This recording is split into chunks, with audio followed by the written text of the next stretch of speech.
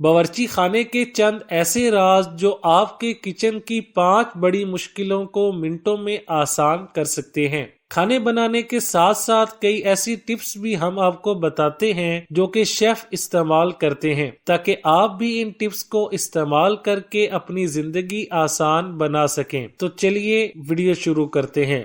موٹی بالائی والی دہی گھر میں بنانے کا آسان طریقہ۔ گھر میں موٹی بالائی والی دہی تیار کرنے کے لیے شیف بتاتے ہیں کہ حسب ضرورت دودھ کو اچھی طرح ابال لیں کہ بالائی برتن کے اوپری حصے پر آ جائے، اور اس بالائی کے اوپر 3 سے 4 ہری مرچ یا لارج مرچ ڈنڈی کے ساتھ ڈال کر کچھ دیر کے لیے پکنے دیں، اور پھر اس دودھ کو ٹھنڈا ہونے دیں۔ اس کے بعد اس کو جما لیں۔ لیجئے موٹی بالائی والی دہی بن کر تیار ہو جائے گی۔ پٹھان کے ہوٹل جیسی روٹی بنانے کی ترکیب۔ اگر آپ چاہتی ہیں کہ پٹھان کے ہوٹل جیسی روٹیاں بن کر تیار ہوں تو آٹا گوندتے وقت اس میں 2 گلاس پانی کے ساتھ 1 کپ دودھ بھی شامل کر لیں، تو آپ کا آٹا بھی نرم و ملائم ہوگا اور روٹی بالکل ہوٹل کی طرح بنے گی۔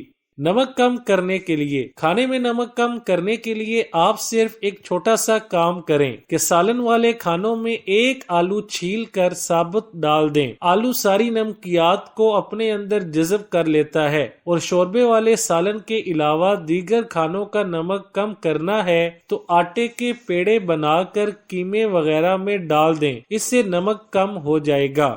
لہسن کا چھلکا اتارنے کا طریقہ۔ لہسن کا چھلکا جلدی اتارنے کے لیے ہوٹلوں میں شیف 4 کپ پانی کو ابال کر اس میں لہسن ڈال دیتے ہیں اور 2 سے 3 منٹ پکاتے ہیں۔ اس کے بعد وہ لہسن کا چھلکا اتارتے ہیں تو چھلکا جلدی ہی اتر جائے گا۔